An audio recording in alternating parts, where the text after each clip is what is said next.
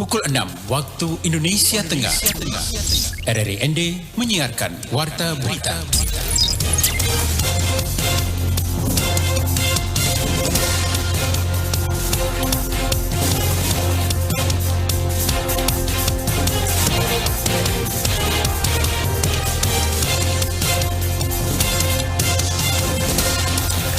Selamat pagi saudara, Anda mendengarkan Warta Berita edisi Rabu 29 Juni 2022. Sari berita. Dalam upaya percepatan dan efisiensi sistem penanganan perkara tindak pidana, Mahkamah Agung secara resmi meluncurkan aplikasi sistem penanganan perkara tindak pidana secara terpadu berbasis teknologi informasi. Octavianus Mohamesi resmi dilantik menjadi Wakil Ketua DPRD ND Selasa pagi, menggantikan posisi Wakil Ketua sebelumnya Erikos Emmanuel Rede. Inilah berita selengkapnya bersama saya Rizwan Sumbi.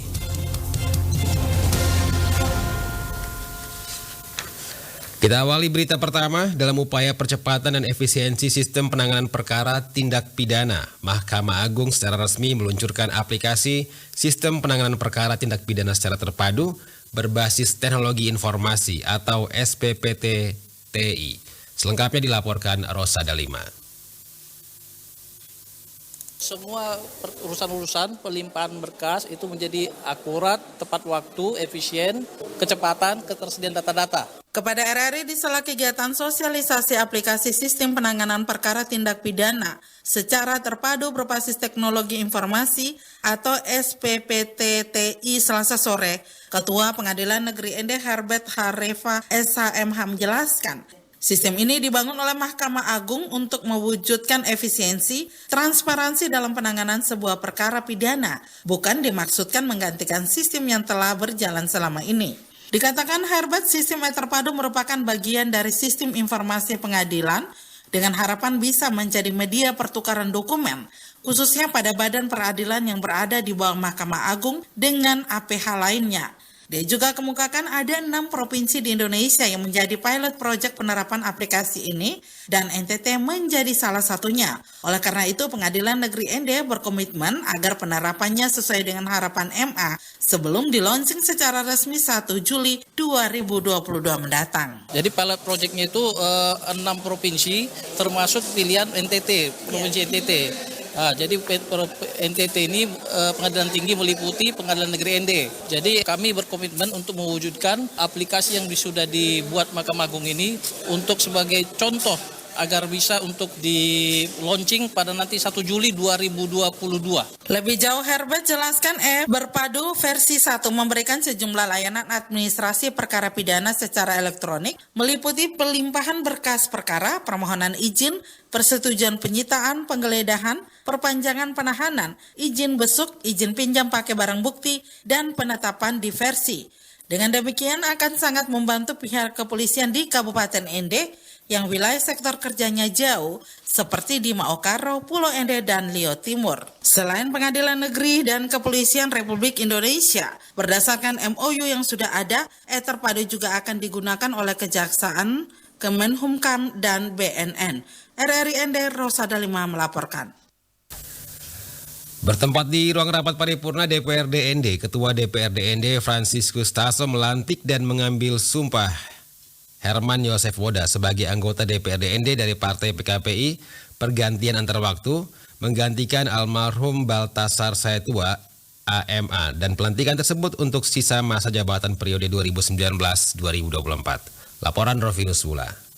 Ketua DPRD ND Franciscus Tasso kembali melantik dan mengambil sumpah anggota DPRD dari Partai PKPI pergantian antar waktu atas nama Herman Joseph Fora dan pelantikan untuk sisa masa jabatan periode 2019-2024. Herman Joseph Fora merupakan anggota DPRD ND berasal dari Partai Keadilan dan Persatuan Indonesia PKPI daerah pemilihan 3, dilantik menggantikan almarhum Baltasar Saetua yang telah meninggal dunia. Melalui sidang paripurna 2, Dewan Perwakilan Rakyat Daerah Kabupaten ND, anggota DPRD pergantian antar waktu tersebut dilantik oleh Ketua DPRD ND Franciscus Tasso. Pelantikan Herman Joseph Fora anggota DPRD ND bersama dengan pengucapan sumpah janji pergantian Wakil Ketua DPRD Kabupaten ND Octavianus Mohamesi ST. Usai sidang paripurna, Ketua DPRD ND Franciscus Tasso mengatakan terkait dengan kelengkapan anggota DPRD ND, Wakil Ketua DPRD ND memang kita ketahui sudah cukup lama lowong menunggu SK Gubernur khususnya kepada Wakil Ketua DPRD Kabupaten ND termasuk anggota DPRD Kabupaten ND pergantian antar waktu PAW.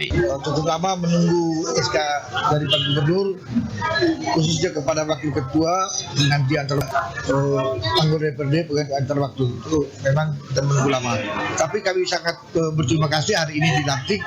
Kedepannya kami harapkan kerja-kerja DPRD ini akan bisa lebih baik. Franciscus Tasso mengatakan momen pengucapan sumpah janji pergantian Wakil Ketua DPRD ND dan pelantikan anggota DPRD Kabupaten ND PAW sudah tentu sebagai Ketua DPRD pertama mengucapkan selamat kepada anggota baru. Mari bergabung di lembaga yang terhormat dan sama-sama menjaga marwah lembaga dengan baik, di mana melakukan kerja-kerja sesuai dengan harapan masyarakat dari daerah pemilihan. Sementara anggota DPRD ND yang baru dilantik Herman Yosef Vora, wakil dari daerah pemilihan 3, mengatakan dengan pelantikan hari ini merasa bahagia karena tidak semua orang bisa menempati kursi dewan dan selanjutnya bersedia sambil mempelajari karena sebagai orang baru. Sebagai orang baru tentu dirinya akan mempelajari bagaimana mekanisme ke depan, tinggal dirinya mengikuti. Saya belajar dulu, belum bisa bicara banyak karena memang saya orang baru. Setelah saya sudah mendapat pengalaman maka bisa dia berkembang sendiri dalam perjalanan. Artinya bekerja untuk rakyat. Lanjut Herman, karena dalam waktu dekat ada kegiatan reses sebagai orang baru, dirinya akan mempelajari terlebih dahulu. Untuk saat ini belum bisa bicara banyak. Herman mengatakan untuk komitmen dengan konstituen dari daerah pemilihan itu sudah pasti setelah dirinya mendapatkan, maka bisa berkembang dalam perjalanan ketika sudah bekerja. Tetapi pada prinsipnya bisa bekerja untuk rakyat. Komit Herman Yosef Vora. RRI Enderfinus pula melaporkan. Anda sedang mendengarkan Warta Berita Produksi RRI ND. Masyarakat Nusa Tenggara Timur patut berbangga pasalnya Kamar Dagang dan Industri Indonesia Provinsi NTT akan menggandeng Habibie Education Youth ke NTT. Laporan Veranda Garus. Habibie Education Youth merupakan perpanjangan tangan dari pemerintah Jerman untuk memberikan beasiswa kepada anak-anak muda yang ingin melanjutkan pendidikan di Jerman. Tidak hanya itu, Ketua Umum Kadin NTT Bobilianto MMMBA kepada RRI dalam tes ND pagi Selasa kemarin menjelaskan, pada bulan Juli mendatang, rencananya HEY sendiri akan beroperasi di Kupang, tepatnya di lantai 3 gedung kantor Kadin NTT. Sebelum melanjutkan studi ataupun bekerja di sana, anak muda NTT wajib mengikuti kursus bahasa Jerman selama kurang lebih 3 hingga 6 bulan. Para peserta dinyatakan lulus jika telah mendapatkan sertifikat bahasa Jerman. Setelah itu mereka akan dikirim ke Jerman untuk kemudian mengambil studi sesuai dengan kemampuannya masing-masing. Terkait biaya hidup, baik tempat tinggal hingga uang makan bahkan uang saku, telah disiapkan oleh pihak Habibie Education Youth. Mereka sampai di Jerman, mereka akan belajar selama 2 hari, kemudian mereka akan bekerja praktek langsung selama 3 hari, dan 2 harinya libur. Jadi 2 hari belajar, 3 hari bekerja, dan 2 harinya mereka istirahat atau libur ya. Kan biasa mereka di sana kalau hari Sabtu dan Minggu itu weekend ya. Jadi anak-anak di sana mereka belajar, tetapi langsung mereka praktekkan apa yang mereka belajar. Ini pendidikan vokasi yang saya pikir kita harus belajar karena Jerman sudah sangat maju di dalam hal ini. Dia menambahkan selain belajar tentang budaya Jerman, para peserta akan dipersiapkan agar memiliki karakter baik ketika mengenyam pendidikan maupun bekerja di Jerman. Terobosan baru ini dilakukan Kadin NTT sesuai dengan visi Gubernur NTT, yakni mengirim anak muda NTT ke luar negeri sehingga mampu menciptakan generasi muda yang mampu membangun Nusa Tenggara Timur menjadi lebih baik. Persyaratan utama mengikuti program tersebut yaitu anak muda yang memiliki ijazah SMA sederajat, berusia di bawah 30 tahun, serta tidak menggunakan obat-obatan terlarang maupun pecandu alkohol. Makanya generasi muda kita ini harus mempersiapkan diri yang baik. Jangan sembarang bergaul, minum terus jadi pemadat minum, pemadat rokok, pemadat narkoba, dan juga bahkan banyak juga kan yang suka tato-tato yang ini ya. Tentu ini bukan apa, tetapi itu kurang bagus untuk mempersiapkan masa depan mereka, anak-anak muda. Dia berharap agar di tahun depan Kadin NTT bisa mengirimkan para peserta untuk melanjutkan pendidikan maupun bekerja di Jerman. Selain itu, jika program ini mendapatkan respon yang baik, maka dia akan menggandeng Kadin di daerah untuk memperluas jaringannya dan membuka tempat kursus di daratan Flores. RRI ND Ferande Garus melaporkan. Terdapat 5 bahasa daerah di 11 kabupaten kota di NTT yang akan menjadi fokus revitalisasi di tahun ini.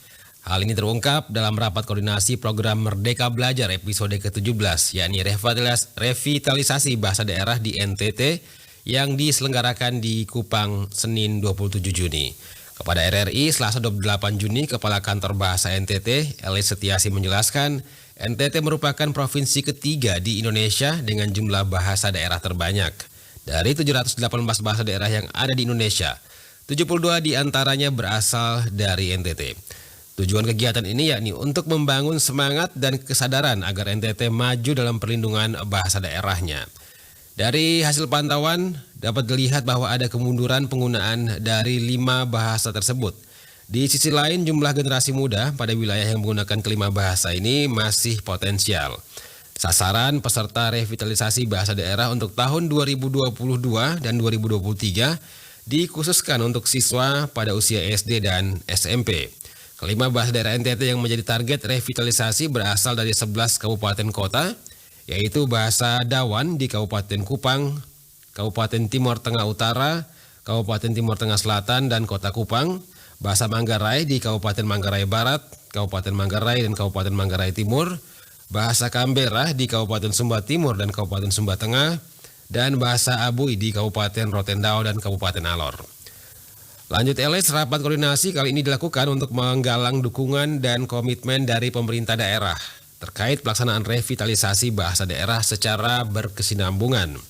Dirinya berharap agar pemerintah daerah mendukung program Merdeka Belajar dengan mengeluarkan perda revitalisasi untuk perlindungan terhadap bahasa daerah. Karena besar kemungkinan bahasa daerah ini akan punah, diharapkannya program revitalisasi ini dapat berhasil dan terus menghidupkan bahasa-bahasa daerah, khususnya di daerah NTT. Berita terakhir, Kepala Dinas Pertanian Kabupaten ND, Insinyur Marianus Alexander kepada RRI Sabtu 25 Juni 2022 mengatakan, sektor pertanian hortikultura berbasis lahan kering akan dikembangkan di Desa Wiwipemo, Kecamatan Wolojita, Kabupaten ND. Pengembangan pertanian hortikultura ini dibiayai dari dana APBN untuk pembangunan tanaman. Kami maksud untuk pengembangan tanaman, khususnya bawang merah dan bawang putih di wilayah desa tersebut. Dijelaskannya, petani hortikultura di Desa Wiwipemo sudah dilengkapi bangunan untuk rumah horti dan peralatannya sehingga para kelompok tani bisa processing hasilnya. Kelompok-kelompok tani hortikultura itu dengan adanya rumah horti ini dilengkapi dengan peralatan-peralatan untuk mereka bisa processing hasilnya itu. Sehingga hari ini dari kelompok-kelompok yang sudah mereka dengan secara swadaya membangun rumah horti itu untuk mereka bisa menggunakan ke depannya ketika sekarang dalam proses penanaman lagi. Jadi kalau hasilnya itu mereka akan proses di rumah horti ini. Dikatakan Marianus Alexander untuk Desa Wiwipemo, jumlah kelompok petani hortikultura yang terbentuk sudah hampir belasan kelompok. Sehingga dasar itu dari ADB dan Dirjen Hortikultura melakukan evaluasi, memantau, dan memonitoring untuk mengembangkan lebih luas lagi ke depannya. Sehingga mau dilakukan kerjasama untuk pembiayaannya. Saudara, sekian Warta Berita Produksi RRI ND pagi ini. Saya Rizwan Sumbi, selamat pagi. Cukup 3.